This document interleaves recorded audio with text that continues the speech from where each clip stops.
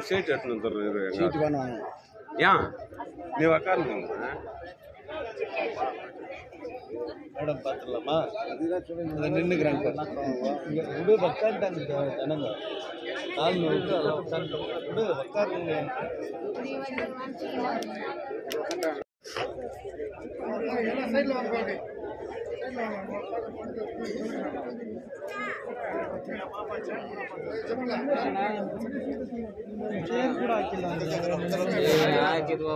ಹಿಂದೆ ಬಂದು ತಗೊಳ್ಳಿ ಸರ್, ಎಲ್ಲರಿಗೂ ಬರುತ್ತೆ ಫುಟೇಜು.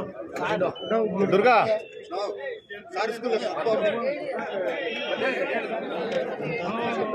ಈಗ ಗಣ್ಯರು ದೀಪವನ್ನ ಬೆಳಗಿಸಬೇಕಾಗಿ ವಿನಂತಿ.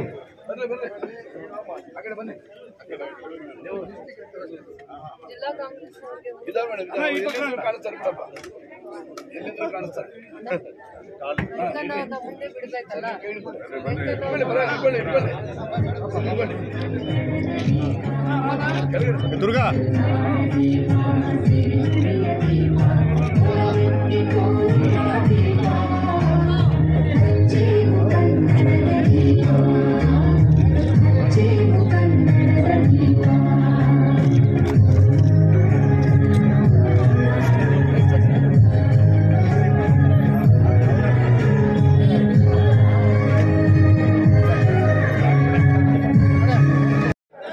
ನಾಯಕಿ ಈ ಭಾಗದ ಕ್ಷೇತ್ರದ ಶಾಸಕರು ಆದಂತ ರೂಪಾ ಮೇಡಮ್ ಅವರಿಗೆ ನಿಮ್ಮೆಲ್ಲರ ಪರವಾಗಿ ಸ್ವಾಗತವನ್ನ ಬಯಸ್ತಾ ಇದ್ದೇನೆ.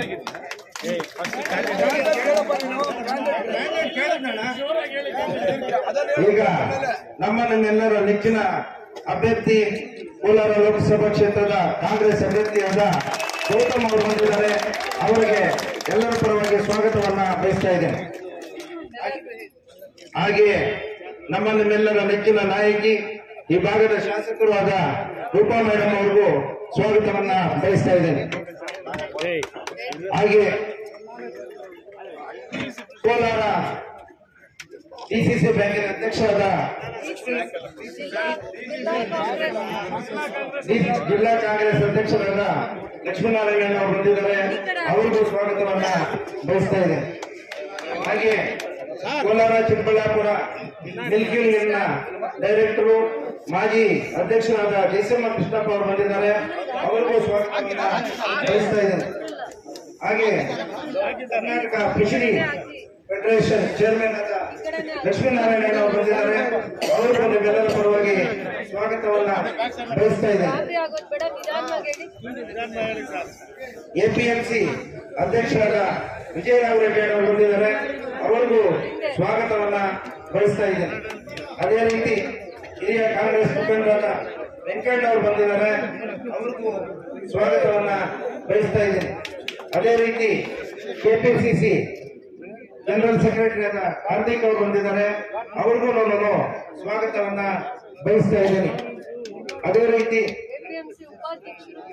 ಎಪಿಎಂಸಿ ಉಪಾಧ್ಯಕ್ಷರಾದ ಆನಂದ್ ಮೂರ್ತಿ ಅವರು ಬಂದಿದ್ದಾರೆ. ಅವರಿಗೂ ನಾನು ಸ್ವಾಗತವನ್ನ ಬಯಸ್ತಾ ಇದ್ದೇನೆ. ಅದೇ ರೀತಿ ಕೆಜಿಎಫ್ ಬ್ಲಾಕ್ ಪ್ರೆಸಿಡೆಂಟ್ ಮುರಳಿ ಮತ್ತು ಅವರು ಬಂದಿದ್ದಾರೆ. ಅವರಿಗೂ ಸ್ವಾಗತವನ್ನ ಬಯಸ್ತಾ ಇದ್ದೇನೆ. ಎಪಿಸಿಸಿ ಮೆಂಬರ್ ಆದ ಶ್ರೀನಿವಾಸ್ ಅವರು ಬಂದಿದ್ದಾರೆ. ಅವ್ರಿಗೂ ನಾನು ಸ್ವಾಗತವನ್ನ ಬಯಸ್ತಾ ಇದ್ದೇನೆ. ಎಕ್ಸ್ ಮುನ್ಸಿಪಲ್ ಪ್ರೆಸಿಡೆಂಟ್ ಆದ ಬಳ್ಳಾಳ ಮುನ್ಸಾಮಣ್ಣ ಅವರು ಬಂದಿದ್ದಾರೆ. ಅವ್ರಿಗೂ ನಾನು ನಿಮ್ಮೆಲ್ಲರ ಪರವಾಗಿ ಸ್ವಾಗತವನ್ನ ಬಯಸ್ತಾ ಇದ್ದೇನೆ. ಎಕ್ಸ್ ಮುನ್ಸಿಪಲ್ ಪ್ರೆಸಿಡೆಂಟ್ ಆದ ರಮೇಶ್ ಜೈನ್ ಅವರು ಬಂದಿದ್ದಾರೆ. ಅವ್ರಿಗೂ ಸ್ವಾಗತವನ್ನ ಬಯಸ್ತಾ ಇದ್ದೇನೆ. ಅದೇ ರೀತಿ ಎಕ್ಸ್ ZP ಮೆಂಬರ್ ಶಾಹಿದ್ ಅವರು ಬಂದಿದ್ದಾರೆ. ಅವ್ರಿಗೂ ಸ್ವಾಗತವನ್ನ ಬಯಸ್ತಾ ಇದ್ದೇನೆ. ஆனா காங்கிரஸ் கவர்மெண்ட் வந்து எவ்வளவு மாசம் ஆயிடுச்சு? 10 மாசம் தான் ஆயிருக்குது. உங்களுக்கு கரண்ட் ஃப்ரீயா இருக்கணுமா? 5 வருஷம் உங்களுக்கு 2000 மாசம் மாசம் உங்க அக்கௌண்ட்டுக்கு வரணுமா? உங்களுக்கு அரிசி காசு உங்க அக்கௌண்ட்டுக்கு நேரமா வரணுமா? வந்தா காங்கிரஸ்க்கு ஓட்டு போடுங்கம்மா. வந்தா காங்கிரஸ்க்கு கண்டிப்பா ஓட்டு போடுங்கம்மா. காங்கிரஸ்க்கு நீங்க ஓட்டு போடிருந்தா உங்களுக்கு 5 வருஷமா மாசம் மாசம் 2000 வருது. மாசம் மாசம் 2000 வருது. கரண்ட் ஃப்ரீயா வரும். அரிசி காசு உங்க அக்கௌண்ட்டுக்கு வரும். MLA எந்த எம்எல்ஏ கேட்காத ஒரு சாதனை கேட்டுக்கிறாங்க, மடிப்பிச்சுங்கள ஓட்டு கேட்கும். இது போல சாதனை எம்எல்ஏ நமக்கு தேவைன்னா மடிப்பிச்சு ஊருக்கு வேலை வேலை பண்ணிக்கிறாங்க. நம்ம வந்து மடிப்பிச்சு கேட்டுக்கிறாங்க. ஒர்க்கர்ஸ் காங்கிரஸ் மீட்டிங்ல நீங்க எல்லாம் மனசுல வச்சு நம்மளுடைய கனவை நிறைவாக்க வேண்டும். வீட்டுக்கு ஒரு 5000 2000 3000 மாசம் மாசம் பெனிஃபிட் பண்ணிருக்காங்க. ஆனா எங்க ஊருக்கு என்ன பண்ணிருக்காங்க காங்கிரஸ் கவர்மெண்ட்? ஊருக்கு 1000 ஏக்கரை நிலாவை ரிசர்வ் பண்ணி 23 கோடி ரெவென்யூ டிபார்ட்மெண்ட்க்கு பணம் டிரான்ஸ்பர் பண்ணி அந்த land 900 acres land industrial township, industrial park, industrial hub reserve பண்ணிருக்காங்க. இதுக்கு முன்னால நாங்க 5 வருஷமா ஃபைட் பண்ணி வந்தோம். ஆனா இண்டஸ்ட்ரியல் டவுன்ஷிப் எந்த கவர்மெண்ட் கூட பண்ணல. இண்டஸ்ட்ரியல் டவுன்ஷிப் எந்த கவர்மெண்ட் கூட பண்ணல. ஆனா காங்கிரஸ் கவர்மெண்ட் பவருக்கு வந்த 10 மாசத்துல ஒரு 1000 ஏக்கரை நிலவை கண்டுபிடிச்சி கொடுத்து உடனே KGF மக்களுக்காಗಿ தங்கவரல் மக்களுக்காಗಿ 1000 ஏக்கரை நிலவை இண்டஸ்ட்ரியல் டவுன்ஷிப்க்கு ரிசர்வ் பண்ணிருக்காங்க. 23 கோடி ஒரு ஏக்கரை 6 லட்சம் ஒரு லேண்ட் வேல்யூவேஷன் ரிசர்வ் பண்ணி அந்த 900 ஏக்கர்ஸ் லேண்டுக்கு 23 கோடி கவர்மெண்ட் பணம் கட்டி இண்டஸ்ட்ரியல் டவுன்ஷிப்க்கு KDB டிபார்ட்மெண்ட்க்கு ரிசர்வ் பண்ணி டிரான்ஸ்பர் பண்ணிருக்காங்க. அது ஒரு வேலை காங்கிரஸ் கவர்மெண்ட் பண்ணிருக்காங்க. பெருமையா சொல்றேன். அதுக்கப்புறமா இங்க இண்டஸ்ட்ரீஸ் வந்தா நாளைக்கு 4 நாளைக்கு ஒரு 6 மாசம் விட்டுட்டு இங்க ஒரு இண்டஸ்ட்ரியல் டவுன்ஷிப் வந்தா பவர் ப்ராப்ளம் வரக்கூடாது. அதனால ஒரு சப்ஸ்டேஷன் 220 சப்ஸ்டேஷன் அந்த ப்ரொபோசல் 10 ஏக்கர்ஸ் லேண்ட் சார்ஜ் மினிஸ்டருக்கு நாங்க ப்ரொபோசல் கொடுத்தோம் டிசம்பர் செஷன்ல. அதுக்கு ஒரு 100 crores ஒரு பவர் ஸ்டேஷனுக்கு சப்ஸ்டேஷனுக்கு கிராண்ட்ஸ் ரிசர்வ் பண்ணிருக்கிறாங்க. வில்லேஜ்ல எல்லாம் ஃபார்மர்ஸ்க்கு விவசாயம் பண்றாங்க. அவருக்காக APMC மார்க்கெட்காக ஒரு 25 ஏக்கர்ஸ் லேண்ட் நாங்க ரிசர்வ் பண்ணிருக்கிறோம். ಅದಕ್ಕೂ ಒಂದು DPR ಹಳ್ಳಿಗಳಲ್ಲೆಲ್ಲ ರೈತರು ಜಾಸ್ತಿ ಇದ್ದಾರೆ. ನಮ್ಮ ರೈತರು ಕೋವಿಡ್ ಅಲ್ಲಿ ಬಹಳ ಕಷ್ಟ ಪಡ್ತಾ ಇದ್ರು. ಏನೇ ಬೆಳೆ ಬೆಳೆದ್ರು ಟೊಮೊಟೊ ಆಲೂಗಡ್ಡೆ ಏನು ನಾವು ರೈತರು ಬಹಳ ತರಕಾರಿ ಬೆಳಿತೀವಿ. ವಿಶೇಷವಾಗಿ ಕೋಲಾರ ಜಿಲ್ಲೆಯಲ್ಲಿ ರೈತರು ಬೆಳೆ ಬೆಳೆಯುವಂತದ್ರಲ್ಲಿ ಅವರಿಗೆ ಬಹಳ ಲಕ್ಷಣ ಇದೆ. ಲಕ್ಷಣ ಅಲ್ಲ, ಅವರಲ್ಲಿ ಏನೋ ಒಂದು ಕಲೆ ಇದೆ. ಏನ್ ಬೆಳೆ ಬೆಳೆದ್ರು ಲಕ್ಷಣವಾಗಿ ಬೆಳಿತಾರೆ. ಟೊಮೊಟೊ ಒಂದೊಂದ್ಸತಿ ಲಕ್ಷ್ಮಿ ಕೈ ಹಿಡಿದಂಗ್ ಕೈ ಹಿಡಿತಾರೆ, ಲಾಟ್ರಿ ಬಂದಂಗ್ ಬರುತ್ತೆ. ಒಂದೊಂದ್ಸತಿ ನೆಲ ಕಚ್ಚಿದ್ರೆ 2 ವರ್ಷ ಬೇಕು ಮತ್ತೆ ಚೇತರಿಸ್ಕೊಳ್ಳೋದಕ್ಕೆ.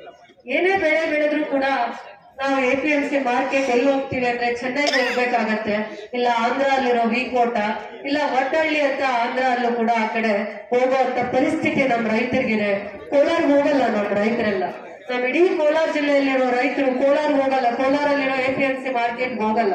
ನಾವು ಯೋಚನೆ ಮಾಡಿದ್ವಿ, ಏನ್ ಮಾಡಿದ್ರೆ ನಮ್ ರೈತರನ್ನ ಉದ್ಧಾರ ಮಾಡ್ಬೋದು, ಏನ್ ಮಾಡಿದ್ರೆ ನಮ್ ರೈತರಿಗೆ ಒಂದ್ ದಾರಿ ದೀಪ ತೋರಿಸ್ಬೋದು ಅಂತ ಯೋಚನೆ ಮಾಡಿದಾಗ ವಿಕೋಟ ಮಾರ್ಗದಲ್ಲಿ ನನ್ನ ಹಿಂದೆ ಇವತ್ತು ವೇದಿಕೆಯಲ್ಲಿ ಕೂತಿರುವಂತ ಎಷ್ಟೊಂದು ಜನ ಮಾರ್ಗದರ್ಶಕರು ನನ್ನ ಜೊತೆ ಈ ಕೆಲಸನ ಯಶಸ್ವಿಯಾಗಿ ಮಾಡ್ಲಿಕ್ಕೆ ಅವ್ರ ಕಾರಣಕರ್ತರಿದ್ದಾರೆ.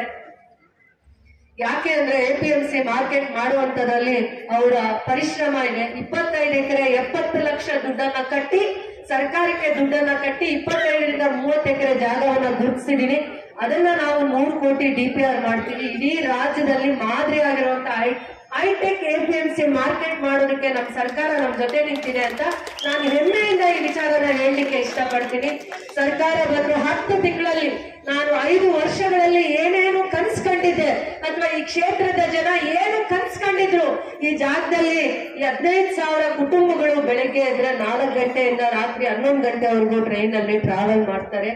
6 ಅವರ್ ಟ್ರಾವೆಲ್ ಮಾಡ್ತಾರೆ. ಬೇರೆ ಕಡೆ ವೈಟ್ ಫೀಲ್ಡ್ ಅಲ್ಲಿ, ಮಾಲೂರಲ್ಲಿ, ನರಸಾಪುರ ಅಲ್ಲಿ, ವಿಸ್ಟರ್ನ್ ಕಂಪನಿಯಲ್ಲಿ, ಬೆಂಗಳೂರಲ್ಲಿ, ಮಾಲ್ಸ್ ಅಲ್ಲಿ, ಮತ್ತೆ ಹಾಸ್ಪಿಟಲ್ಸ್ ಅಲ್ಲಿ, ನರ್ಸಿಂಗ್ ಅಲ್ಲೂ ಕೂಡ ತುಂಬಾ ಜನ ಕೆಲಸ ಮಾಡ್ತಾರೆ. ಇವರೆಲ್ಲರೂ ಕೂಡ ಟ್ರೈನ್ ಸರ್ವಿಸಸ್, ಬಸ್ ಸರ್ವಿಸಸ್ ಉಪಯೋಗ ಮಾಡ್ಕೊಂಡು 15-20 ವರ್ಷದಿಂದ ಅವ್ರ ಕುಟುಂಬಗಳನ್ನ ಪೋಷಣೆ ಮಾಡೋದಕ್ಕೆ ನರಕ ಅನುಭವಿಸ್ತಾ ಇದ್ದಾರೆ. ಯಾವುದೇ ಒಂದು ಉದ್ಯೋಗ ಸ್ಥಳೀಯವಾಗಿ KGF ಅಲ್ಲಿ ಅವರಿಗೆ ಸಿಗ್ಲಿಲ್ಲ. ಅಂತ ಒಂದು ಕನಸನ್ನ ನನ್ಸ್ ಮಾಡಿರುವಂತ ನನ್ನ ಸರ್ಕಾರಕ್ಕೆ ಧನ್ಯವಾದಗಳನ್ನ ಹೇಳ್ತಾ, ನನ್ನ KGF ಕ್ಷೇತ್ರದ ಜನತೆಯ ಪರವಾಗಿ ನಾನು ಕಾಂಗ್ರೆಸ್ ಪಕ್ಷನ ಅಭಿನಂದಿಸುತ್ತಾ, ಬರುವಂತ ದಿನಗಳಲ್ಲಿ 6 ತಿಂಗಳಲ್ಲಿ ಸೆಲ್ವಕುಮಾರ್ ಅಂತ ಇಂಡಸ್ಟ್ರಿಯಲ್ ಪ್ರಿನ್ಸಿಪಲ್ ಸೆಕ್ರೆಟರಿ ಇದ್ದಾರೆ, ಅವ್ರ ಹತ್ರ ಹೋದ್ವಿ ನಾವು ಇಂಡಸ್ಟ್ರಿಯಲ್ ಟೌನ್ಶಿಪ್ ಮಾಡಿದಾಗ. 6 ತಿಂಗಳು ಟೈಮ್ ಕೊಡಿ. ನಾವು 6 ತಿಂಗಳಲ್ಲಿ KADB ಅನ್ನ ಆಲದ ಮರ ಇಂದ ಬೆಮೆಲ್ ಆ ಕಡೆ ಈ ಕಡೆ ಎಲ್ಲಾ ಜಾಗನ ಡೆವಲಪ್ ಮಾಡ್ತೀವಿ. 6 ಮಂತ್ಸ್ ಟೈಮ್ ಕೊಟ್ರೆ ಟಾಟಾ ಕಂಪನಿನೋ, ಡಿಜಿಟಲ್ ಕಂಪನಿನೋ, ಓಲೋ ಕಂಪನಿನೋ ಯಾವ್ದೋ ಕಂಪನೀಸ್ನ ತಗೊಂಡ್ಬಂದು KGF ಅಲ್ಲಿ 6 ಮಂತ್ಸ್ ಅಲ್ಲಿ ನಾವು ಸ್ಟಾರ್ಟ್ ಮಾಡ್ತೀವಿ. 1-2 ವರ್ಷದಲ್ಲಿ ಸ್ಥಳೀಯವಾಗಿರುವಂತ 10-15 ಸಾವಿರ ಕುಟುಂಬಗಳಿಗೆ ಉದ್ಯೋಗವನ್ನ ಕೊಡ್ತೀವಿ. ದಿನ ಬೆಳಿಗ್ಗೆ ಪ್ರಯಾಣ ಮಾಡ್ತಾ ಕಷ್ಟ ಅನುಭವಿಸ್ತಾ ಇರುವಂತದ್ದು ಕುಟುಂಬಗಳಿಗೋಸ್ಕರ ತಮ್ಮ ಜೀವನನ ತ್ಯಾಗ ಮಾಡ್ತಾ ಇರುವಂತವ್ರಿಗೆ ಸೇವೆ ಮಾಡ್ತೀವಿ. ಮೈನ್ಸ್ ಅಲ್ಲಿ ತಮ್ಮ ಕುಟುಂಬದವ್ರನ್ನ ಕಳ್ಕೊಂಡು ಮೈನ್ಸ್ ಅಲ್ಲಿ ಕೆಲಸನೂ ಕಳ್ಕೊಂಡಿರುವಂತ ಎಷ್ಟೋ ಕುಟುಂಬಗಳಿಗೆ ಆಶ್ರಯನ ಕೊಡ್ತೀವಿ. ವಿದ್ಯಾರ್ಥಿಗಳಿಗೆ ಓದ್ಕೊಂಡಿರುವಂತ ಡಬಲ್ ಗ್ರಾಜುಯೇಟ್ಸ್ಗೆ, ಡಿಪ್ಲೊಮಾ ಮಾಡಿರುವಂತವ್ರಿಗೆ, ITI ಮಾಡಿರುವಂತವ್ರಿಗೆ ಉದ್ಯೋಗವನ್ನ ಕೊಡ್ತೀವಿ ಅಂತ ನಮ್ಮ ಸರ್ಕಾರ ಆಶ್ವಾಸನೆ ಕೊಟ್ಟಿದೆ, ಪ್ರಾಮಿಸ್ ಮಾಡಿದೆ, ಗೌರವವನ್ನ ಉಳಿಸ್ಕೊಂಡಿದೆ, ಜಾಗನ ರಿಸರ್ವ್ ಮಾಡ್ಕೊಂಡಿದೆ. 1000 ಎಕರೆ ಜಾಗದಲ್ಲಿ 50,000 ಇಂದ 1 ಲಕ್ಷ ಜನಕ್ಕೆ ಉದ್ಯೋಗ ಅಂತೂ ಸಿಕ್ಕೇ ಸಿಗತ್ತೆ. ಆದ್ರೆ ಬರೀ KGF ಕ್ಷೇತ್ರದ ಜನಕ್ಕೆ ಸಿಗಲ್ಲ. ಬರುವಂತ ದಿನಗಳಲ್ಲಿ ಕೋಲಾರಿಂದ, ಬೆಂಗಳೂರಿಂದ ಟ್ರೈನ್ ಅಲ್ಲಿ 10,000 ಜನ KGFಗೆ ಕಾಲಿಡಬೇಕು. 10ರಿಂದ 20,000 ಕೋಟಿ ಬಂಡವಾಳ ಹಾಕ್ಬೇಕು KGF ಅಲ್ಲಿ. ಅವತ್ತು KGF ಯಾವ ಪರಿಸ್ಥಿತಿಗೆ ಬರುತ್ತೆ ಅಂತ ನೋಡಿ. 2 ವರ್ಷ 3 ವರ್ಷಗಳಲ್ಲಿ ನನ್ನ ಕೈಯಲ್ಲಾಗುವಂತ ಪ್ರಯತ್ನ ಮಾಡಿ ರೋಡ್ಸ್ ನ, ಇನ್ಫ್ರಾಸ್ಟ್ರಕ್ಚರ್ ನ, ಬೆಸ್ಟ್ ಇನ್ಫ್ರಾಸ್ಟ್ರಕ್ಚರ್ಸ್ ನ KGF ಅಲ್ಲಿ ತರುವಂತ ಪ್ರಯತ್ನ ಮಾಡಿದೀನಿ ಅಂತ ಹೇಳ್ತಾ, ಕಾಂಗ್ರೆಸ್ ರಾಜ್ಯದಲ್ಲಿ ಇರುವಂತದಕ್ಕೆ ಇಷ್ಟೆಲ್ಲ ಸಾಧನೆ ಮಾಡಿದೆ. ಕೇಂದ್ರದಲ್ಲಿ ಕಾಂಗ್ರೆಸ್ ಸರ್ಕಾರ ಅಧಿಕಾರಕ್ಕೆ ಬಂದ್ರೆ ಏನೆಲ್ಲ ಮಾಡುತ್ತೆ ಅಂತ ಒಂದು 5 ಗ್ಯಾರಂಟಿ ಪ್ರೋಗ್ರಾಮ್ಗಳನ್ನ ಹೇಳಿದೆ.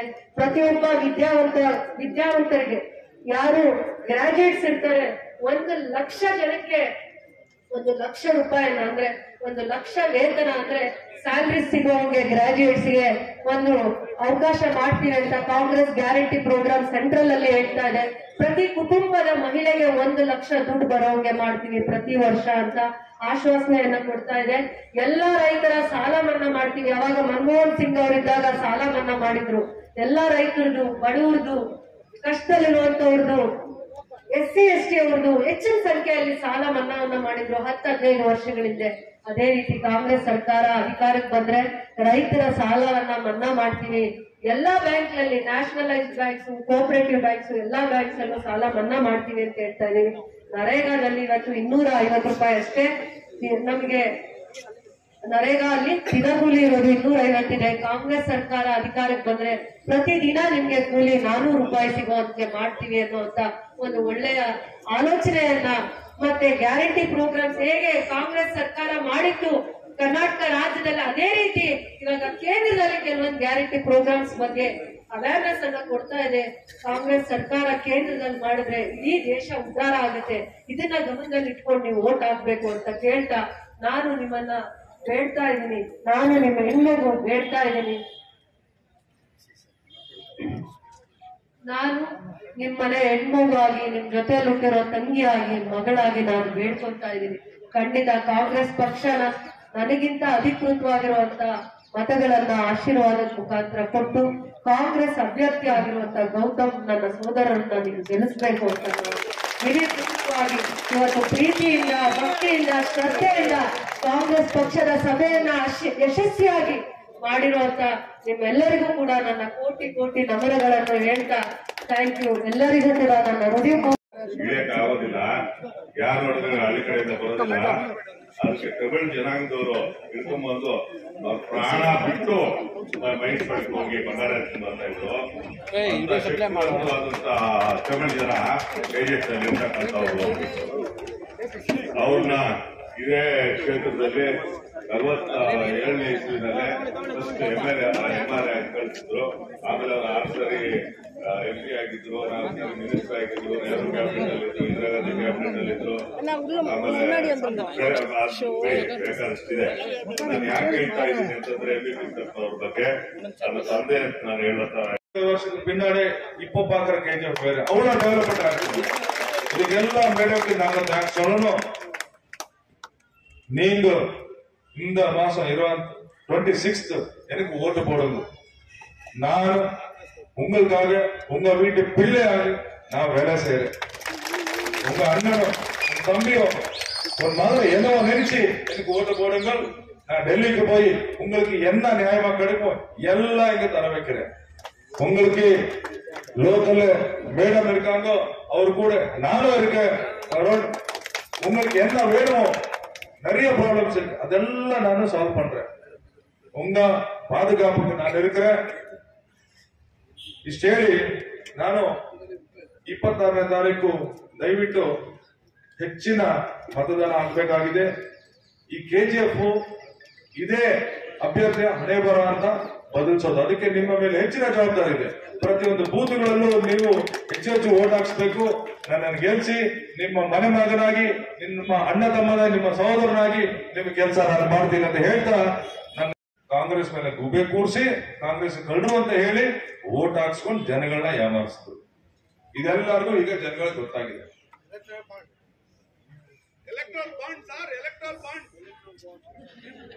ಏನು ಭ್ರಷ್ಟಾಚಾರ ಮಾಡ್ತಾ ಇದ್ದಾರೆ ಇವರು ಅಂದ್ರೆ, ನೋಟ್ ಬಂದಿ ಮಾಡಿದ್ರು. ಜನಗಳು ಪಾಪ ಏನೇನೋ ಊರುಗಳು ಎಲ್ಲ ಅಲ್ಲಲ್ಲೇ ಸ್ಟಕ್ ಆಗ್ಬಿಟ್ರು. ದುಡ್ಡಿಲ್ಲದೆ ವಾಪಸ್ ಬರಕ್ಕೆ ನಾವು ಬಸ್ಗೆ 500 ರೂಪಾಯಿ ಕೊಡ್ತೀವಿ ಅಂದ್ರೆ ಯಾರು ತಗೊಳ್ತಾ ಇಲ್ಲ. ಸುಮಾರು ಜನ ಎಷ್ಟೋ ಮದುವೆಗಳಿತ್ತು. ಒಂದಲ್ಲ ಎರಡಲ್ಲ ಇವ್ರು ಮಾಡ್ರು. ಹೇಳ್ತಾ ಹೋದ್ರೆ ಇನ್ನು 2 ದಿನ ಬೇಕು, ಸಮಯದ ಅಭಾವ ಇದೆ. ಈ ನಡುವೆ ಸುಪ್ರೀಂ ಕೋರ್ಟ್ ಹೇಳ್ತು, ಏನ್ ಎಲೆಕ್ಟ್ರಲ್ ಬಾಂಡ್ಸ್ ನೀವು ಕಲೆಕ್ಟ್ ಮಾಡಿದಾರ ಅದು ತಪ್ಪು ಅಂತ. ಯಾವ ರೀತಿ ಎಲೆಕ್ಟ್ರಲ್ ಬಾಂಡ್ಸ್ ಅವ್ರು ಕಲೆಕ್ಟ್ ಮಾಡೋದು? ಹೆದರಿಸಿ ಇವ್ರೇನು ದುಡ್ಡು ಕೇಳಿದಾರೆ ಕೊಡದೆ ಹೋದ್ರೆ income tax raid, enforcement direct ED raid, ಇಲ್ಲ CBI ಎಲ್ಲಾ ರೀತಿ ಪ್ರಯೋಗ ಒಂದಲ್ಲ ಎರಡಲ್ಲ 3 ಸತಿ ಕಳಿಸಿದ್ದಾರೆ. ಪಾಪ ಈ ರೀತಿ ಕಲೆಕ್ಟ್ ಮಾಡಿದರೆ 6,000 ಕೋಟಿ ಹಗರಣ ಮಾಡಿದ್ದಾರೆ. ಇದೆಲ್ಲ ಆಚೆಗೆ ನಮ್ಮ ಸರ್ಕಾರ ಬಂದ್ರೆ ಅಥವಾ ಬಿಜೆಪಿ ಸರ್ಕಾರ ಹೋದ್ರೆ ಇವರೆಲ್ಲ ಜೈಲಿಗೆ ಹೋಗೋದಂತೂ ಗ್ಯಾರಂಟಿ. ಸರ್ಕಾರ 70 ವರ್ಷಗಳಲ್ಲಿ ನಮ್ಮ ಕಾಂಗ್ರೆಸ್ ಸರ್ಕಾರಗಳು ಏನು ಈ ಜನಗಳಿಗೆ ಉದ್ಯೋಗ ಸೃಷ್ಟಿಯಾಗಬೇಕಂತ ಹೇಳಿ HMT, HAL, BML, NGF ಏನೇನು ಸಂಸ್ಥೆಗಳ ಸ್ಥಾಪನೆ ಮಾಡಿದ್ರು ಒಂದೊಂದೇ ಮಾಡ್ಕೊಂಡು ಬರ್ತಾ ಇದ್ದಾರೆ. BML ಕೂಡ ಸೇರ್ಗಿಟ್ಟವ್ರೆ. ಇಲ್ಲಿನ ಜನ ಏನ್ ಹೇಳ್ತಾ ಇದ್ದಾರೆ, BML ಕಾಂಟ್ರಾಕ್ಟ್ ವರ್ಕರ್ಸ್ ಇರೋರನ್ನ ಪರ್ಮನೆಂಟ್ ಮಾಡಿ ನಮ್ಗೆ ಅನುಕೂಲ ಮಾಡ್ಕೊಡಿ ಅಂತ ಹೇಳ್ಕೊಡ್ತಾ ಇದ್ರೆ ಅದನ್ನ ಸೇಲ್ ಮಾಡಕ್ ಹೊರಟವ್ರೆ. ಇದರ ವಿರುದ್ಧ ನಾನು ಹೋರಾಟ ಮಾಡ್ತೀನಿ. PGML ಏನ್ ಮುಚ್ಚೋಗಿದೆ, ಈ ಆಸ್ಪತ್ರೆನ ಇಲ್ಲೊಂದು ಮೆಡಿಕಲ್ ಕಾಲೇಜ್ ಕಟ್ಟಿಸ್ಬೇಕು. ಎಷ್ಟು ಜಾಗ ಇದೆ, ಮೆಡಿಕಲ್ ಕಾಲೇಜ್ ಕಟ್ಟಿಸಿದ್ರೆ ಎಷ್ಟು ಜನಕ್ಕೆ ಉಪಯೋಗ ಆಗುತ್ತೆ. ಈ ಕೆಲಸ ನಾನು ಮಾಡ್ತೀನಿ. ನಮ್ಮ ರಾಜ್ಯ ಸರ್ಕಾರ ಈಗಾಗಲೇ ಮೇಡಮ್ ನಿಮ್ಗೆ ವಿವರಿಸಿ ಹೇಳಿದ್ದಾರೆ 5 ಗ್ಯಾರಂಟಿಗಳು. 5 ಗ್ಯಾರಂಟಿಗಳು ಏನು ಇವರು 10 ವರ್ಷದಲ್ಲಿ ಬೆಲೆ ಏರಿಕೆ ಮಾಡಿ ಗ್ಯಾಸ್ ನ 350, 400 ಇದ್ದದನ್ನ 1000 ಮಾಡಿದ್ರು, ಪೆಟ್ರೋಲ್ ಜಾಸ್ತಿ ಮಾಡಿದ್ರು, ಎಲ್ಲಗಳು ಜಾಸ್ತಿ ನಾವು ಪಾಪ ಒಂದು 10,000, 15,000 ದುಡಿತಾರಂತ ಕುಟುಂಬ ಉಳಿಸಾಗ್ತಲ್ಲ, ಸ್ವಲ್ಪ ಆದ್ರೂ ಉಳಿತಾಯ ಮಾಡ್ಲಿ ಅಂತ ಹೇಳಿ ನಿಮ್ಮ ಕುಟುಂಬಗಳಿಗೆ ಒಂದು 5 ರೂಪಾಯಿ ತಲುಪಲಿ ಅಂತ ಹೇಳಿ ಗೃಹಿಣಿಗೆ ಒಂದು 2,000, ಕರೆಂಟ್ 1,500 ರೂಪಾಯಿ ಉಳಿ, ಬಸ್ ಫ್ರೀ ಆಗಲಿ ಕೊಟ್ಟಿರ್ತಾರೆ. ಕೆಲಸ ಇಲ್ಲ, ಕೇಂದ್ರ ಸರ್ಕಾರದಿಂದ ಕೆಲಸ, ಇವರ ನೀತಿಗಳಿಂದ ಎಲ್ಲ ಫ್ಯಾಕ್ಟರೀಸ್ ಮುಚ್ಚೋಗಿದೆ. ಕೆಲಸ ಕುಡ್ಕೊಂಡು ಹೋಗ್ಬೇಕು. ಅವರು ದುಡ್ಡಿಲ್ಲ.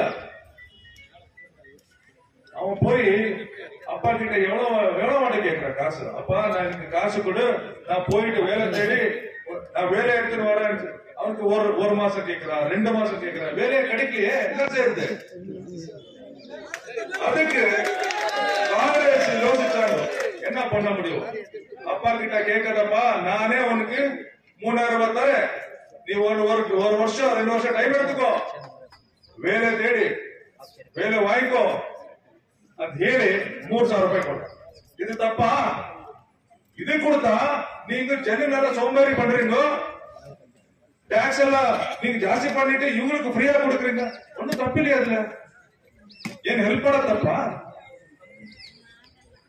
ಒಂದು ಕಡೆ ಇನ್ನೊಂದು ವಿಚಾರ, ಈಗ ಕೇಂದ್ರ ಸರ್ಕಾರದಲ್ಲಿ ನಮ್ಮ ಕಾಂಗ್ರೆಸ್ ಆಡಳಿತ ಬಂದ್ರೆ ನಾವು ಹೆಣ್ಣು ಮಕ್ಕಳಿಗೆ ಈಗ ಏನ್ 2,000 ರೂಪಾಯಿ ಕೊಡ್ತಾ ಇದೀವಿ, ಅದ್ರ ಜೊತೆಗೆ ಇನ್ನೂ 8,000 ರೂಪಾಯಿ ಕೊಡ್ತೀವಿ ಅಂತ ಹೇಳಿ ಈಗಾಗಲೇ ರಾಹುಲ್ ಗಾಂಧಿ ಅವರು, ಮಲ್ಲಿಕಾರ್ಜುನ್ ಖರ್ಗೆ ಅವರು ಘೋಷಣೆ ಮಾಡಿದ್ದಾರೆ.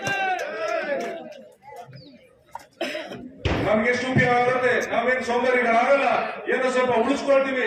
1 ವರ್ಷ ನಾವು 1 ಲಕ್ಷ ರೂಪಾಯಿ ಚೀಟಿ ಕಟ್ಟಬೇಕಂದ್ರೆ ಎಷ್ಟು ಕಷ್ಟ ಇದೆ. ಮನೆಯಲ್ಲಿ ಉಳಿಸಿ ದುಡ್ಡು ಉಳಿಸಿ ಚೀಟಿ ಕಟ್ಟು 1 ಲಕ್ಷ ಏನೋ ಒಂದು ಮದುವೆಗೋ, ಒಂದು ಗಾಡಿ ತಗೊಳಕೋ, ಒಂದು ಫ್ರಿಡ್ಜ್ ತಗೊಳಕೋ, ಟಿವಿ ತಗೊಳಕೋ ಯೂಸ್ ಆಗುತ್ತೆ. ನೀವೇನು ಕಷ್ಟಪಟ್ಟು ದುಡ್ಡು ಉಳಿಸಬೇಕಿಲ್ಲ, ಆ ದುಡ್ಡು ನಾವೇ ಕೊಡ್ತೀವಿ ಅಂತ ಹೇಳಿ ವರ್ಷಕ್ಕೆ 1 ಲಕ್ಷ ರೂಪಾಯಿ ACC ನಿಮ್ಗೆ ಕೊಡ್ತಾರೆ. ಕೇಂದ್ರ ಸರ್ಕಾರ ಅಧಿಕಾರಕ್ಕೆ ಬಂದ್ರೆ ಯಾವುದೇ ಕಾರಣಕ್ಕೂ ಮಿಸ್ ಆಗಬಾರದು.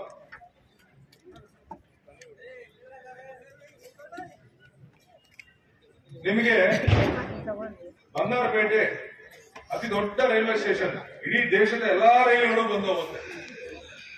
ನಾವು ಕೇಂದ್ರ ಸರ್ಕಾರದಲ್ಲಿ ಇದ್ದಾಗ 25% ಸೀನಿಯರ್ ಸಿಟಿಸನ್ಗೆ ರಿಬೇಟ್ ಕೊಟ್ಟಿದ್ರು. ಅದನ್ನು ತೆಗೆದ್ರು. ಪ್ಲಾಟ್ಫಾರ್ಮ್ ಟಿಕೆಟ್ 5 ರೂಪಾಯಿದ್ದು 30 ರೂಪಾಯಿ ಮಾಡೋದು. ಪ್ರತಿ ಒಂದರಲ್ಲೂ ಇವರು ರೈಲ್ವೆಗೆ ಏನೂ ಮಾಡಿಲ್ಲ. ಏನ್ ಇವಾಗ ಒಂದೇ ಭಾರತ ಹೇಳ್ತಾ ಇದಾರಲ್ಲ, ನಮ್ಗೇನ್ ಹೇಳಿದ್ದು ಬುಲೆಟ್ ಟ್ರೈನ್ ಬಿಡ್ತೀವಂತ.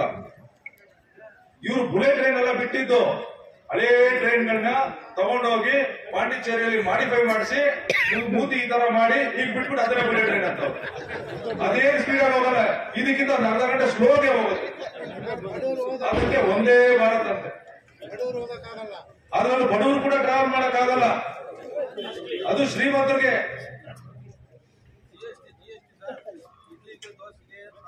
ಎಲ್ಲದರಲ್ಲೂ GST. ಇವಾಗ ಇವ್ರು ಏನ್ ಮಾಡಿದ್ದಾರೆ, ಪ್ರತಿ ಒಂದರಲ್ಲೂ ಈ ದೇಶ ಎಲ್ಲಾ ಸರ್ಕಾರಗಳು ಸೇರಿ 60 ವರ್ಷದಲ್ಲಿ ದೇಶದ ಸಾಲ 55 ಲಕ್ಷ ಕೋಟಿ ಇತ್ತು. ಈ 10 ವರ್ಷದಲ್ಲಿ 185 ಲಕ್ಷ ಕೋಟಿಗೆ, ಅಂದ್ರೆ 130 ಲಕ್ಷ ಕೋಟಿ ಸಾಲ ಮಾಡವ್ರೆ. ಏನ್ ಮಾಡಿದ್ರು ಗೊತ್ತಿಲ್ಲ. ಪೆಟ್ರೋಲ್ ಬೆಲೆ ಜಾಸ್ತಿ ಮಾಡಿದ್ರು, GST ಹಾಕಿದ್ರು, ಎಲ್ಲಾ ಕಡೆ GST. ಕಡೆಗೆ ಮಗುಗೆ ಹಾಲು ಕೊಡಕ್ಕೆ ಒಂದು ಪ್ಯಾಕೆಟ್ ಹಾಲು ತರೋಣ ಅಂದ್ರೆ ಅದಕ್ಕೂ GST. ಇಷ್ಟು ವರ್ಸ್ಟ್ ಸರ್ಕಾರ ಈ ಪ್ರಪಂಚದಲ್ಲಿ ಇಲ್ಲ. ಹೀಗಾಗಿ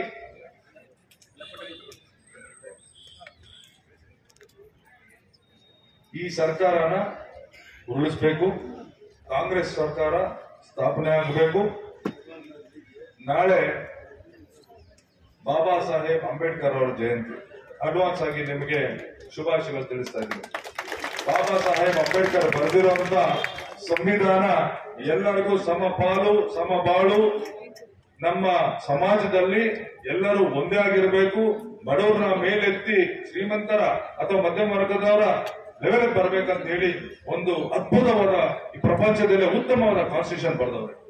ಆ ಕಾನ್ಸ್ಟಿಟ್ಯೂಷನ್ ಬದಲಾಯಿಸಕ್ಕೆ ಹೊರಟಿದ್ದಾರೆ. ಅವ್ರೇನ್ ಮುಚ್ಚಿಟ್ಕೊಂಡಿಲ್ಲ, ಓಪನ್ ಆಗಿ ಹೇಳ್ತಾ ಇದ್ದಾರೆ, ನಾವು ಮತ್ತೊಮ್ಮೆ ಅಧಿಕಾರಕ್ಕೆ ಬಂದ್ರೆ ಸಂವಿಧಾನ ಚೇಂಜ್ ಮಾಡ್ತೀವಿ. ಸಂವಿಧಾನದ ರಕ್ಷಣೆಯಲ್ಲಿ ನಾವು ಹಲವಾರು ಜನ ನಾವೆಲ್ಲ ಬದುಕ್ತಾ ಇರೋದು ಸಂವಿಧಾನ ಕೊಟ್ಟಿರೋ ಹಕ್ಕುಗಳಿಂದ.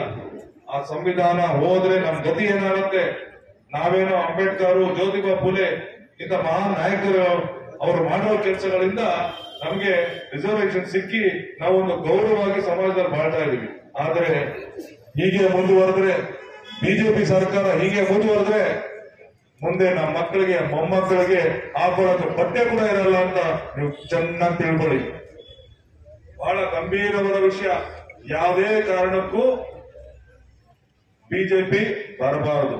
ನೀವೆಲ್ಲ ನಿಮ್ಮ ಬೂತ್ಗಳಲ್ಲಿ ಅತಿ ಹೆಚ್ಚು ಮತದಾನ ಮಾಡಿಸ್ಬೇಕು. ಇದು ನನಗೋಸ್ಕರ ಓಟ್ ಅಲ್ಲ, ಈ ದೇಶ ಉಳಿಸೋದಕ್ಕೆ, ಈ ದೇಶದ ಹಣೆ ಬರ ಚೇಂಜ್ ಮಾಡೋದಕ್ಕೆ ನೀವು ಹಾಕ್ತಾರಂತ ಓಟ್ ಅಂತ ಜ್ಞಾಪಕ ಇಟ್ಕೋಬೇಕು.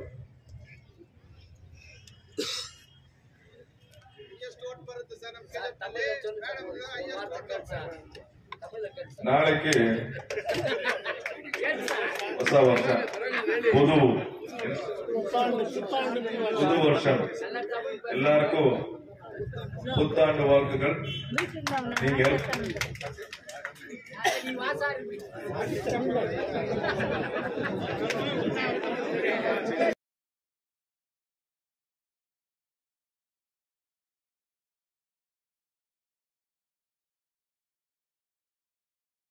ಕಳ್ಕೊಂಡ್ರು, ಸಹೋದರನ ಕಳ್ಕೊಂಡ್ರು.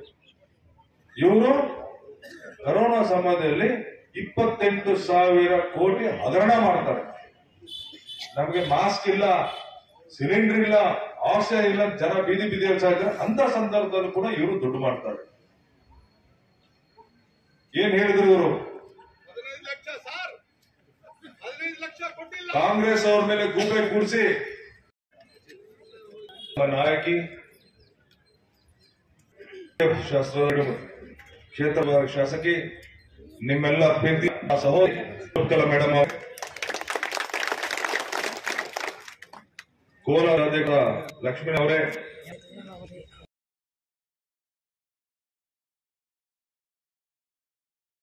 புத்தாண்டு நல்வாழ்த்துக்கள் எல்லாருக்குமே, தாய்மார்களுக்கும், வந்திருக்கிற தாய்மார்களுக்கும், பெரியோர்களுக்கும், வாலிபார்களுக்கும் ಎಲ್ಲರಿಗೂ ತಮ್ಮ ಪುತ್ತಾಂಡ ನಲ್ವಾಳ್ತುಕಲ್.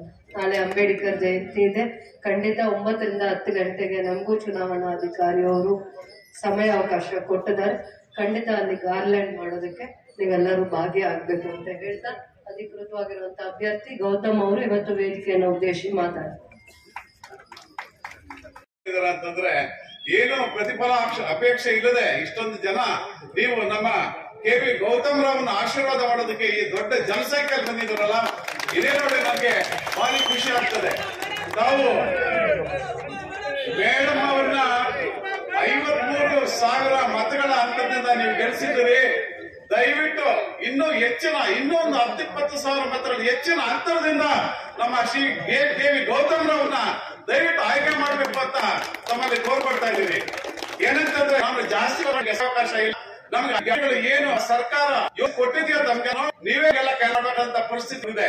ಉದಾಹರಣೆ ಇದ್ದೀನಿ, ನಮ್ಮ ವಿಜಯಕ್ಷ ವೇದನ ಹುಡುಗ ಇವತ್ತು ಸೆಕೆಂಡ್ ಸೇಲೆ 2 ಪಡ ಅವ್ರು ಏನ್ ಹೇಳ್ತಾನೆ ಅಂತಂದ್ರೆ ತುಂಬಾ ಅಗಡದಂತೆಲ್ಲ ನಂತ ಕಳ್ಕೊಂಡಿದ್ದೆ.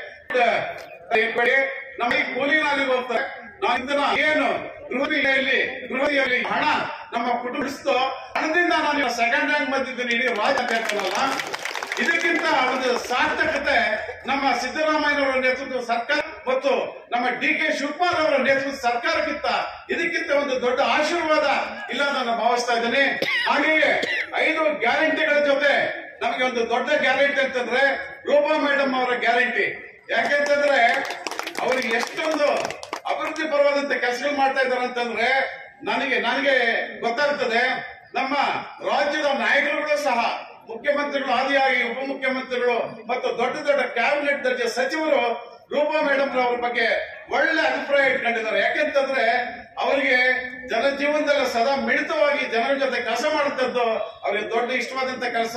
ಮುಂದಿನ ದಿನಗಳಲ್ಲಿ ದೊಡ್ಡ ಭವಿಷ್ಯದ ನಾಯಕಿಯಾಗಿ ಅವರು ರೂಪ ಬರ್ತಾರೆ ಅನ್ನೋದನ್ನ ನಾನು ಹೇಳಕ್ ಇಷ್ಟಪಡ್ತಾ ಇದ್ದೀನಿ.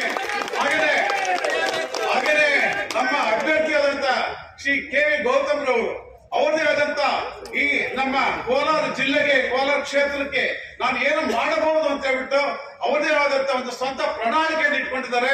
ನಾನು ಯಾವ ರೀತಿ ಈ ನಮ್ಮ ಜಿಲ್ಲೆಯನ್ನ ಅಭಿವೃದ್ಧಿ ಪದದತ್ತ ಕೊಂಡೊಯ್ಯಬಹುದು, ನಾನು ಹಾಗೇನೆ ನಮ್ಮ ಕೋಲಾರದ ಜನತೆಗೆ ಯಾವ ರೀತಿ ಋಣ ತೀರಿಸಬಹುದು ಅನ್ನೋ ನಿಟ್ಟಿನಲ್ಲಿ ಅವರದೇ ಆದಂತ ಆಲೋಚನೆ ಇಟ್ಕೊಂಡಿದ್ದಾರೆ. ಸೌಮ್ಯ ಸಮಾಜ ಸ್ವಭಾವದ ನಮ್ಮ ಕೆ.ವಿ. ಗೌತಮ್ ರವ್ರನ್ನ ಅತ್ಯಧಿಕ ಮತಗಳ ಅಂತರದಿಂದ ನಾನು ಎಲ್ಲಾ ಕಡೆ ಹೋಗ್ತಾ ಇರ್ತೀನಿ. ಸುಮಾರು 3 ಲಕ್ಷದಿಂದ ಹೆಚ್ಚಿನ ಮತಗಳ ಅಂತರದಿಂದ ಗೆದ್ದೇ ಗೆಲ್ತಾರೆ ನಮ್ಮ ಕೆ.ವಿ. ಗೌತಮ್ ರವರನ್ನ ಮಾತು ಹೇಳಕ್ ಇಷ್ಟಪಡ್ತಾ, ದಯವಿಟ್ಟು ತಮ್ಮೆಲ್ಲರ ಆಶೀರ್ವಾದ ನಮ್ಮ ಅಭ್ಯರ್ಥಿ ಕೆ.ವಿ. ಗೌತಮ್ ಮೇಲೆ ಇರಲಿ. ಹಾಗೆಯೇ ಮುಂದಿನ ದಿನಗಳಲ್ಲಿ ತಮ್ಮ ಸೇವೆಯನ್ನ ಮಾಡೋದಕ್ಕೆ ಹೆಚ್ಚಿನ ಅವಕಾಶ ಕಲ್ಪಿಸಿಕೊಡ್ಬೇಕಂತ ಹೇಳಿ ತಮ್ಮಲ್ಲಿ ಕಳಕಳಿಯ ಪ್ರಾರ್ಥನೆ ಮಾಡುತ್ತಾ ನನಗೆ ಅವಕಾಶ ಕೊಟ್ಟ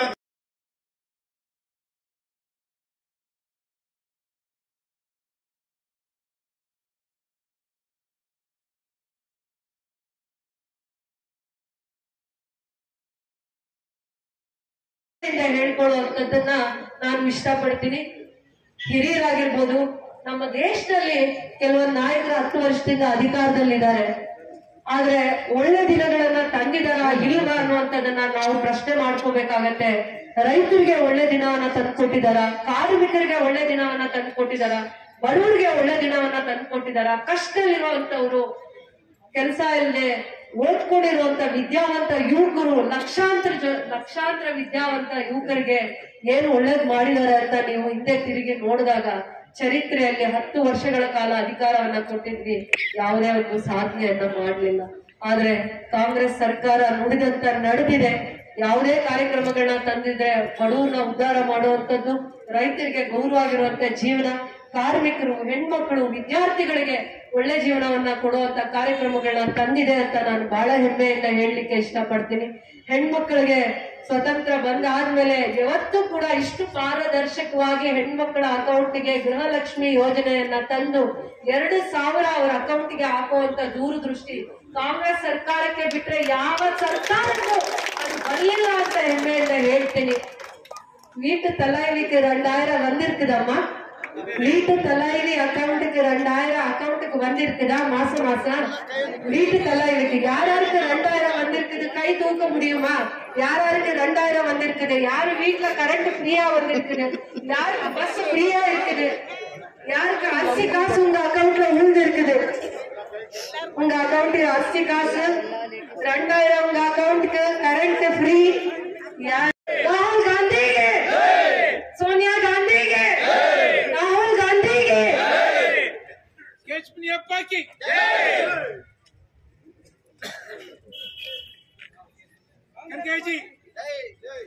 ಕಾಂಗ್ರೆಸ್ ಪಕ್ಷ ಚುನಾವಣೆಯನ್ನ ಎದುರಿಸ್ತಾ ಇದೆ.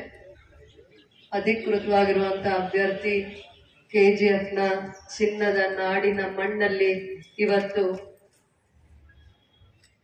ಎಲ್ಲರ ಆಶೀರ್ವಾದ, ಚಿನ್ನದ ನಾಡಿನಲ್ಲಿರುವಂತ ಕಾಂಗ್ರೆಸ್ ಅಭಿಮಾನಿಗಳನ್ನ, ಕಾಂಗ್ರೆಸ್ನ ಭದ್ರಕೋಟೆಯನ್ನ ಆಶೀರ್ವಾದವನ್ನ ಕೇಳಕ್ಕೆ ಇವತ್ತು ಕಾಂಗ್ರೆಸ್ ಮುಖಂಡರ, ಕಾರ್ಯಕರ್ತರ KGF ಜನ ತೋರಿಸಿ ಬರ್ತಾ ಬರ್ತಾ ಗೋಲ್ಡ್ ಕಡಿಮೆ ಆಗ್ತಾ ಇದೆ.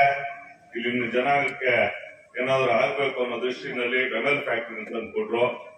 ನಮ್ಮ ತಂದೆ founder of KGF first grade college, ಆ ಕಾಲೇಜ್ ಫೌಂಡರ್ ಪ್ರೆಸಿಡೆಂಟ್ ಆಗೋದು ಅಲ್ಲದೆ ಈ KGF ಜನಕ್ಕೆ ಇವತ್ತು ನಮ್ದೇ ಅಲ್ವಾ ಕಾಲೇಜ್, KGF ಅನ್ನೋದೇ ಈ ಕಾಲೇಜು.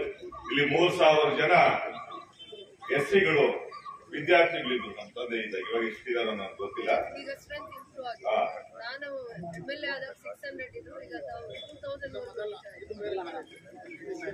ಅಲ್ಲಲ್ಲ, ಅಲ್ಲಿ ಗೋಲ್ಡನ್ ವ್ಯಾಲಿ 3,000 ಜನ ಇದ್ರು. India's highest population SC ಸ್ಟೂಡೆಂಟ್ಗಳಿದ್ದು KGF ನಲ್ಲೇ ಅವತ್ತಿನ ದಿವಸ. ಇವೆಲ್ಲ ಅವರು ಅನೇಕ ಕೆಲಸಗಳು ಮಾಡಿದ್ರು. ಯಾಕೆ ಮಾಡಿದ್ರು ಅಂದ್ರೆ ಅವ್ರು ಕಾಂಗ್ರೆಸ್ ಪಕ್ಷದಲ್ಲಿದ್ರು. ಅವತ್ತು ಕಾಂಗ್ರೆಸ್ ಮಾಡಿದ್ರು, ನೀವು ಇವತ್ತು ಕಾಂಗ್ರೆಸ್ ಮಾಡ್ತಾ ಇದ್ರು. ಅವತ್ತಿನ ದಿವಸ ಇವಾಗ ಇವ್ರು ಮಾತಾಡ್ತಾರೆ ನಮ್ಮ ಬಿಜೆಪಿಯವರು. ಅವರು ಹೆಸರು ಹೇಳೋದು ನನ್ನ ಬಾಧೆ ಆಗ್ತದೆ ಹೇಳೋದಕ್ಕೆ. ರಾಮ ರಾಮ ಅಂತ ರಾಮ ಅನ್ಸ್ತದೆ ನನಗೆ. ಯಾಕಂದ್ರೆ ನಾವ್ಯಾರು ರಾಮನ ಪೂಜೆ ಮಾಡಿದ್ರು, ಬೇರೆ ಯಾರನ್ನ ಪೂಜೆ ಮಾಡ್ತಾ ಇದ್ದೀರಾ? ನಾನು ಶ್ರೀಕೃಷ್ಣ ಭಕ್ತ. ನಾನು ಶ್ರೀಕೃಷ್ಣ ಹಿಂದಿನ ಜನ್ಮದಲ್ಲಿ ಶ್ರೀರಾಮನಾಗೆ ಇದ್ದಿದ್ದು. ಪಾಪ ಇವ್ರಿಗೆಲ್ಲ ಗೊತ್ತಿಲ್ವೇನ. ನಾವು ಒಂದು ತಿಳ್ಕೊಳ್ಳಿ ನೀವು. ಇವತ್ತಿನ ಜನ ಈ ಬಿಜೆಪಿನಲ್ಲಿ ಇದ್ದಾರಲ್ಲ, ಇವರು ಫ್ರೀಡಮ್ ಮೂವ್ಮೆಂಟ್ ಅನ್ನೋದೇನಾದ್ರು ನೋಡಿದ್ರ? ಯಾರಾದ್ರೂ ಇವತ್ತು ಈ KGF ನಲ್ಲಿ ಹಳಬರು ಇದ್ದಾರೆ, ಪಾಪ ಫ್ರೀಡಮ್ ಫೈಟರ್ಸ್ ಇವತ್ತು ಇದ್ದಾರೆ. ನಾನು ಕೆಲವರು ನೋಡಿದ್ದೀನಿ, ಎಲ್ಲ ಹೊರಟೋದು. ಅವ್ರ ಫ್ರೀಡಮ್ ಮೂವ್ಮೆಂಟ್ ಅನ್ನೋದೇ ಏನೋ ಅನ್ನೋದು ಗೊತ್ತಿಲ್ಲ. ಸ್ವತಂತ್ರ ಈ ದೇಶಕ್ಕೆ ತಂದುಕೊಟ್ಟಿದ್ದು ಕಾಂಗ್ರೆಸ್. ಅರ್ಥ ಮಾಡ್ಕೊಳ್ಳಿ ನೀವು. ಇವತ್ತಿನ ದಿವಸ ಎಲ್ಲ ಮುಗಿಸ್ಬಿಟ್ಟು 60 ವರ್ಷದಿಂದ ನೀವೇನ್ ಮಾಡಿದ್ದೀವಿ, 70 ವರ್ಷದಿಂದ ನೀವೇನ್ ಮಾಡಿದ್ದೀರಿ ಅಂತಂದ್ರೆ, ಈ ರೈಲ್ವೆ ಸ್ಟೇಷನ್ ಇಲ್ಲಿ ಇವತ್ತು 10,000-15,000 ಜನ ಹೆಂಗ್ ಹೋಗ್ತಾರೆ ರೈಲ್ ಅವರ ರೈಲ್ವೆ ಸ್ಟೇಷನ್ ಕಟ್ಸಿದ್ದು ಇಲ್ಲ. ಏರ್ಪೋರ್ಟ್ಗಳಿವೆ, ಏರ್ಪೋರ್ಟ್ಗಳು ಅವರ ಕಟ್ಸಿದ್ದು. ಅದು ಡ್ಯಾಮ್ಗಳಿದಾವೆ, 5 ಇಯರ್ ಪ್ಲಾನ್ಗಳಲ್ಲಿ ಡ್ಯಾಮ್ಗಳು ಕಟ್ಟಿಸಿದ್ರು ನೆಹರು ಕಾಲದಲ್ಲಿ, ನಂತರ ಇಂದಿರಾ ಗಾಂಧಿ ಕಾಲದಲ್ಲಿ. ಇವ್ರು ಯಾವ್ದನ್ನ ಕಟ್ಸಿರೋ ತೋರಿಸ್ಬಿಡೋದಕ್ಕೆ ಹೇಳಿ. ಇವ್ರು ಬರೀ ನಿಮ್ಮ ಹತ್ರ ಬರೋದು ರಾಮ ಅನ್ನೋದು. ನಾವು ರಾಮ ಅಂತ ಬೆಳಿಗ್ಗೆ ಇದ್ರೆ ಅನ್ನೋದು ನೀವೇ ಅಲ್ಲ.